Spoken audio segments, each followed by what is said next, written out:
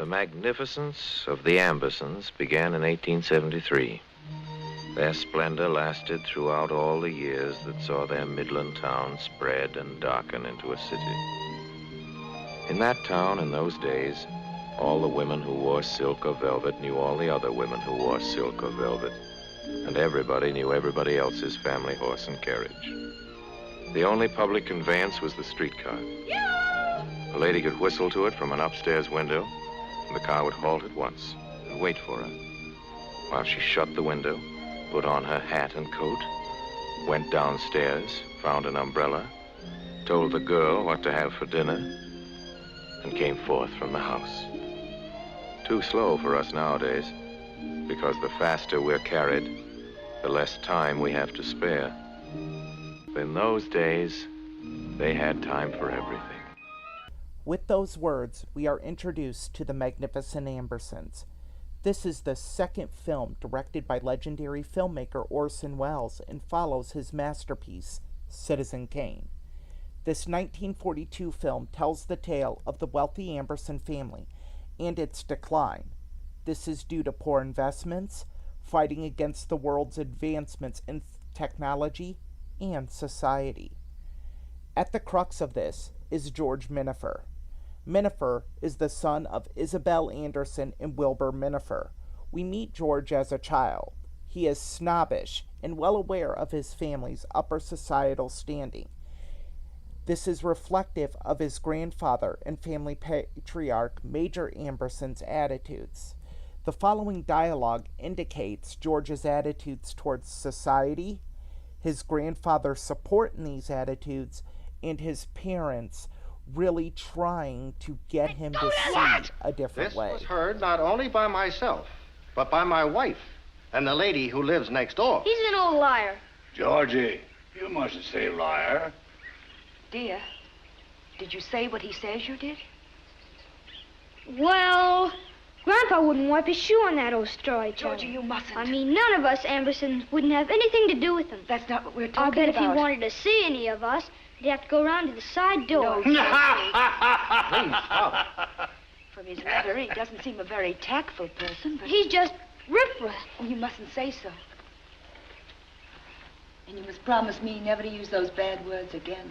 I promise not to. This possibly could have been averted Unless had I his get mother mad at Isabel married Eugene Morgan, who is played brilliantly by Wells' favorite Joseph Cotten. However, Isabel chooses to marry Wilbur Minafer for appearances. This is after Morgan embarrasses her in public.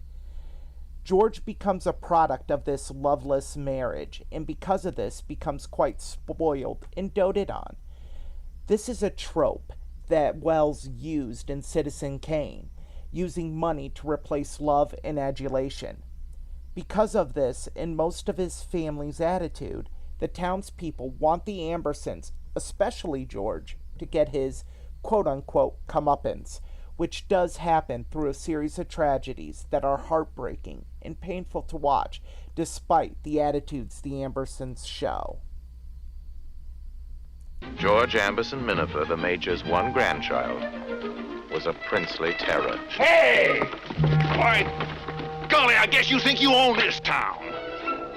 There were people, grown people they were, who expressed themselves longingly. They did hope to live to see the day, they said, when that boy would get his comeuppance. His what? His comeuppance. Something's bound to take him We down flash someday. forward now to where I only wanna George be comes there. home from college to a party in his honor, and a widowed Eugene also returns to the town as well with a new invention, a horseless carriage, or the automobile for those uninitiated. We find George's sense of elitism has not changed. Some could argue it has even grown. Eugene and George returning creates the perfect mix that begins the downfall of the Ambersons through personal and financial loss, and the rise of Eugene through his manufacturing of the automobile. This is where, despite the film being made nearly 80 years ago, many can relate. There are always changes of the societal guard. We are either the Ambersons, bucking the change, denying it, or ridiculing and diminishing it, or we adapt to it and use it to advance ourselves, like Eugene Morgan did. That is where the film shines, is that no matter what side we have been on, we all have went through this and can sympathize with either the Ambersons, Eugene, or find a meeting with both parties. This film is a sprawling masterpiece. Wells, during post-production, would lose his unheralded creative control from RKO Productions. This is due to a variety of reasons, from the underperformance of Citizen Kane to the process in post-production taking what the studio deemed too long. Because of this, the studio removed over 100 minutes from the film, and the ending was changed to be a more upbeat ending. The only vestiges that remain of Wells's vision for this film are his notes. The footage has been deemed lost forever. Regardless, this film is beautifully shot, filled with magnificent, emotional, dramatic performances, and guided with a majestic score by famed composer Bernard Herrmann. Because of the changes made in the film, and Herrmann feeling that these changes did not mix with his score, he requested his name be removed as composer. It was eventually restored, however, when the film saw a renaissance in art houses. The Magnificent Ambersons is often overlooked by fans of Wells and film alike, despite its 9 Academy Award nominations, including Best Picture. The film is timeless in its relatability and stature. It is memorable for its breathtaking use of soft focus and camera angles. Remarkably, it holds up with Citizen Kane as being a masterpiece, and despite its missing footage, stands the test of time of viewing and relatability. This is possibly the ultimate Orson Welles film.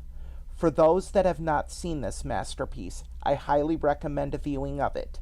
This has been a Classic Film Review with Erich Pilcher.